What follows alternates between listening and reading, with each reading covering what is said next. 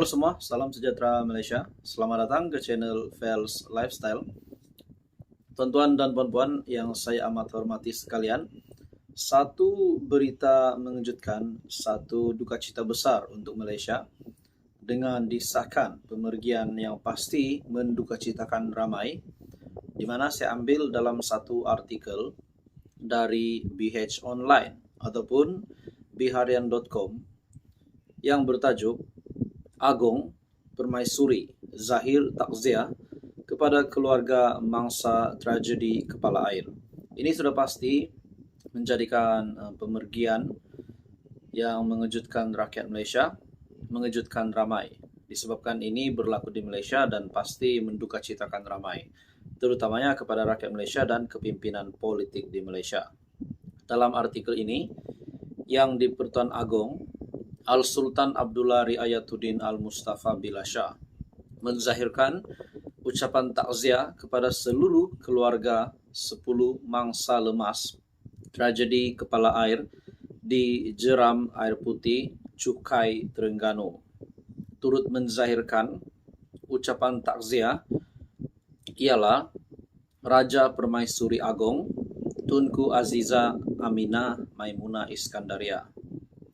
10 mangsa tragedi itu ialah Aziza Ayyi 40 tahun, Karim Abdullah 39 tahun, Putri Balkis Izzati Abdul Rahman 18 tahun, Putri Alia Maisarah Karim 16 tahun, Putri Nur Fatin Karim 14 tahun, Putri Nur Erina Natasha Karim 10 tahun, Muhammad Zulkarnain Haikal Karim 11 tahun, Muhammad Haziq Zikri Karim 6 tahun, Putri Ariana Umairah Karim 4 tahun, dan Muhammad Fikri Saliman 24 tahun. Ini satu berita yang pasti mendukacitakan ramai, dan kita berdoa supaya keluarga besar mangsa yang terlibat diberikan kekuatan untuk menghadapi dugaan ini. Menerusi hantaran di laman Facebook Istana Negara, Seri Paduka berdua turut menzahirkan rasa sedih dengan pemergian itu dan menzahirkan harapan agar seluruh keluarga mangsa sabar serta tabah menghadapi dugaan dan suasana pilu itu. Media melaporkan 10 individu dengan 9 daripadanya adalah sekeluarga berasal dari Felda Lepar Hilir Kuantan Pahang, manakala seorang lelaki dari Batu Pahat, Johor dipercayai tunang kepada seorang daripada ahli keluarga itu pergi ke Jeram Air Putih untuk berkela pada Sabtu sebelum dihanyutkan arus deras fenomena itu. Sementara itu, Al-Sultan Abdullah turut menzahirkan setinggi-tinggi penghargaan dan terima kasih kepada pasukan penyelamat serta orang ramai yang menyertai operasi mencari dan menyelamat SAR ke semua mangsa tragedi. Terdahulu, Ketua Polis Daerah Kemaman, Superintenden Hanian Ramlan, dilaporkan berkata, SAR yang bermula semalam membabitkan 30 anggota PDRM, Jabatan Bomba dan Penyelamat Malaysia 65, Pasukan Gerakan Am PGA 46, Angkatan Pertahanan Awam Malaysia APM 4, Badan Bukan Kerajaan 4, Pasukan Khas Teknikal oleh orang awam 9, serta dibantu 2 unit anjing pengesan K9 JBPM. Salam takziah diucapkan kepada seluruh mangsa, seluruh keluarga mangsa yang terlibat. Teruskan bersama di dalam channel ini untuk info yang seterusnya. Salam sejahtera Malaysia. Selamat datang ke channel Fels Lifestyle. Tuan-tuan dan puan-puan yang saya amat hormati sekalian. Sebelum ini, kita dikejutkan dengan isu rasuah di KLIA, yang melibatkan salah satu menteri, yaitu Menteri Pelancongan Tiong King Sing. Nah, pada akhirnya kita juga mendengar bahawa Perdana Menteri Malaysia, Datuk Seri Anwar Ibrahim, akhirnya turun Padang, turun di KLIA untuk membuat pemantauan. Nah, pada akhirnya, saudara-saudara, berita susulan yang kita dengar hari ini dari Perdana Menteri Malaysia, Datuk Seri Anwar Ibrahim, yang saya lihat dalam satu artikel dari biharian.com, Jabatan Imigresen, Jabatan Pendaftaran Negara disiasat kata Anwar. Nah, saudara-saudara, ini satu lagi kenyataan yang amat mengejutkan dari Perdana Menteri. Perdana Menteri Datuk Seri Anwar Ibrahim mendedahkan Jabatan Imigresen dan Jabatan Pendaftaran Negara sedang disiasat pihak berkuasa berhubung amalan rasuah dan salah guna kuasa. Beliau menerima maklumat ada unsur salah guna kuasa di JPN apabila proses untuk mendapatkan sijil warga negara dikenakan bayaran tertentu oleh mereka yang layak mendapat status kewarganegaraan. Nak beri satu makluman, semalam saya terima mungkin masih dalam siasatan di Jabatan Pendaftaran. Kita permudahkan orang yang layak mendapatkan status kewarganegaraan dan sebagainya untuk mendapatkan sijil itu dikenakan lagi bayaran. Tapi jumlahnya terlalu kecil. Harus ada tindakan yang keras dan tegas, kalau tidak dia merosakkan seluruh imej pentadbiran, katanya pada perjumpaan bulanan Perdana Menteri bersama warga Jabatan Perdana Menteri. Anwar menegaskan masih ada kelompok kecil dalam Jabatan Imigresen yang masih selesa dengan sistem dan amalan lama yang mengaitkan mereka dengan pelakuan rasuah. Semalam, sebelum sambut kepulangan Agong, saya sempat ke KLIA karena ada sedikit sebanyak keributan kecil. Tentunya saya lihat umpamanya semua counter immigration berfungsi. Maknanya majority kaki tangan immigration menjalankan tugas dengan baik. Tetapi seperti mana yang kita sedar, dan sering saya tegaskan ada kumpulan kecil yang masih biasa dengan sistem dan amalan lama. Saya percaya itu bidang kuasa SPRM yang harus bertindak. Selalu kita sebut kerana nila setitik rosak susu sebelanga. Dalam tinjauan di KLIA, Perdana Menteri turut mendapati hanya satu daripada 7 mesin pengimbas Jabatan Kastam Diraja Malaysia di Terminal 1 yang berfungsi. Saya, Menteri Keuangan dan JKDM bawah saya, tapi takkanlah nak tunggu Menteri turun baru tahu rosak. Ini ada kelemahan dari segi maklumat kerana kalau belanjanya hanya sekitar beberapa juta, kita boleh luluskan segera. Saya percaya SPRM tidak akan menyiasat kalau diluluskan segera kerana keadaan itu mendesak. Bayangkan saya dimaklumkan scanner itu rosak sejak tahun lalu. Nah, saudara-saudara, akhirnya kenyataan Perdana Menteri Datuk Seri Anwar Ibrahim, Jabatan Imigresen, Jabatan Pendaftaran Negara bakal disiasat. Jadi saudara-saudara, adakah kalau kedua-dua jabatan ini disiasat, adakah akan ada tangkapan yang berlaku kalau tiba-tiba dapat dibuktikan ada beberapa individu di dalam Jabatan Imigresen ataupun Jabatan Pendaftaran Negara yang dapat dibuktikan bersalah? Nah, saudara-saudara, itu menjadi persoalan. Jadi saudara-saudara, tuan-tuan dan puan-puan, apa komen Anda? Teruskan bersama di dalam channel ini untuk info yang seterusnya. Jangan lupa bantu channel ini dengan menekan butang like. Anda juga boleh share video ini dan tekan butang subscribe. Teruskan bersama di dalam channel ini untuk info yang seterusnya. Halo semua, salam sejahtera Malaysia.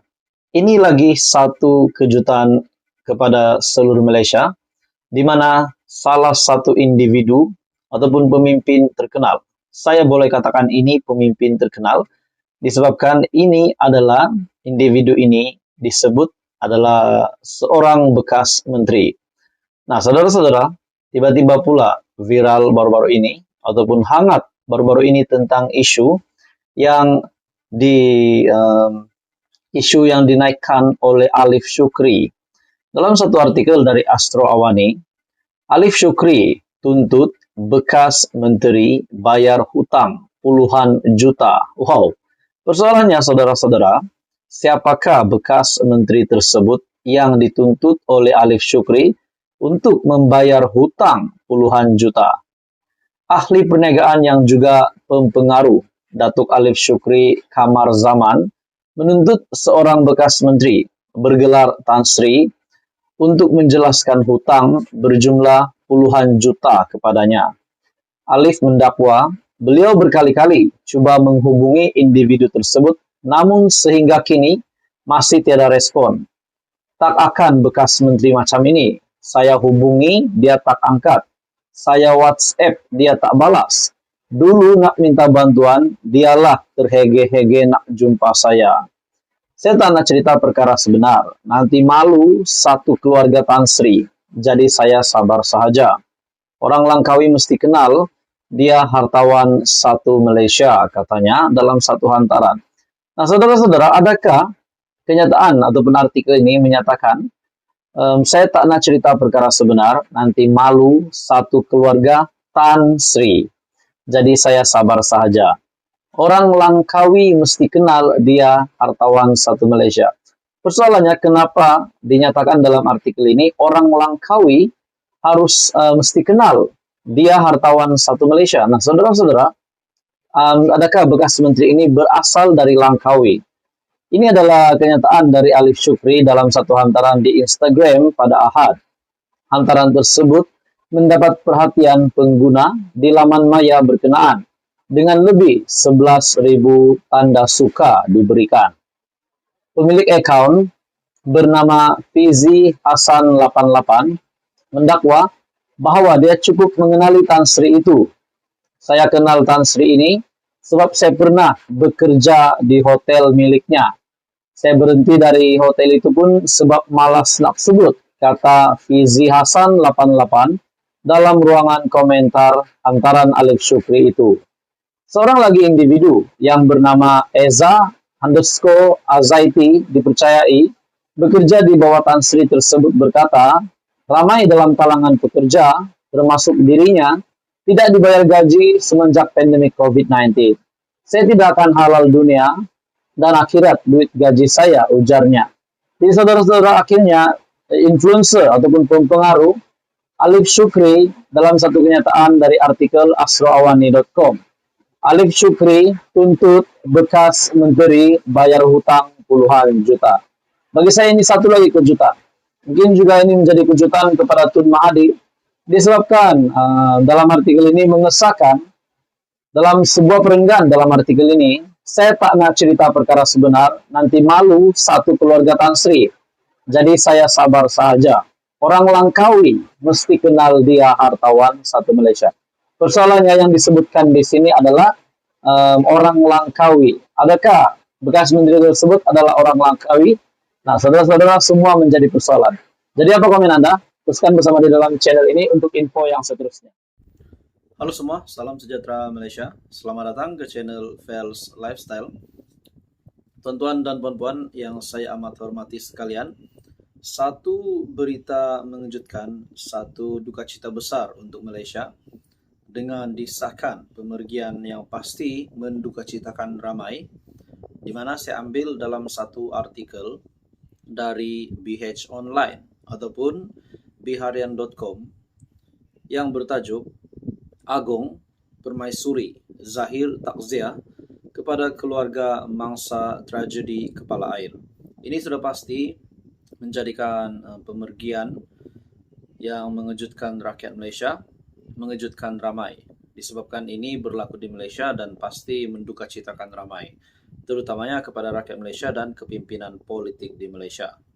Dalam artikel ini, yang di Pertuan Agong, Al-Sultan Abdullah Riayatuddin Al-Mustafa Billah Shah menzahirkan ucapan takziah kepada seluruh keluarga 10 mangsa lemas tragedi Kepala Air di Jeram Air Putih, Cukai, Terengganu. Turut menzahirkan ucapan takziah ialah Raja Permaisuri Agong Tunku Aziza Aminah Maimunah Iskandaria. 10 mangsa tragedi itu ialah Aziza Ayyi 40 tahun, Karim Abdullah 39 tahun, Putri Balkis Izati Abdul Rahman 18 tahun, Putri Alia Maisarah Karim 16 tahun, Putri Norfatin Karim 14 tahun, Putri Nur Erina Natasha Karim 10 tahun, Muhammad Zulkarnain Haikal Karim 11 tahun, Muhammad Haziq Zikri Karim 6 tahun, Putri Ariana Umairah Karim 4 tahun, dan Muhammad Fikri Saliman 24 tahun. Ini satu berita yang pasti mendukacitakan ramai, dan kita berdoa supaya keluarga besar bangsa yang terlibat diberikan kekuatan untuk menghadapi dugaan ini. Menerusi hantaran di laman Facebook Istana Negara, Sri Paduka berdua turut menzahirkan rasa sedih dengan pemergian itu dan menzahirkan harapan agar seluruh keluarga mangsa sabar serta tabah menghadapi dugaan dan suasana pilu itu. Media melaporkan 10 individu dengan 9 daripadanya adalah sekeluarga berasal dari Felda Lepar Hilir Kuantan Pahang, manakala seorang lelaki dari Batu Pahat, Johor dipercayai tunang kepada seorang daripada ahli keluarga itu pergi ke jeram air putih untuk berkela pada Sabtu sebelum dihanyutkan arus deras fenomena itu. Sementara itu, Al-Sultan Abdullah turut menzahirkan setinggi-tinggi penghargaan dan terima kasih kepada pasukan penyelamat serta orang ramai yang menyertai operasi mencari dan menyelamat SAR ke semua mangsa tragedi. Terdahulu, Ketua Polis Daerah Kemaman, Superintenden Hanian Ramlan, dilaporkan berkata, SAR yang bermula semalam membabitkan 30 anggota PDRM, Jabatan Bomba dan Penyelamat Malaysia 65, Pasukan Gerakan AM PGA 46, Angkatan Pertahanan Awam Malaysia APM 4, Badan Bukan Kerajaan 4, Pasukan Khas Teknikal oleh orang awam 9, serta dibantu 2 unit anjing pengesan K9 JBPM. Salam takziah diucapkan kepada seluruh keluarga mangsa yang terlibat. Teruskan bersama di dalam channel ini untuk info yang seterusnya.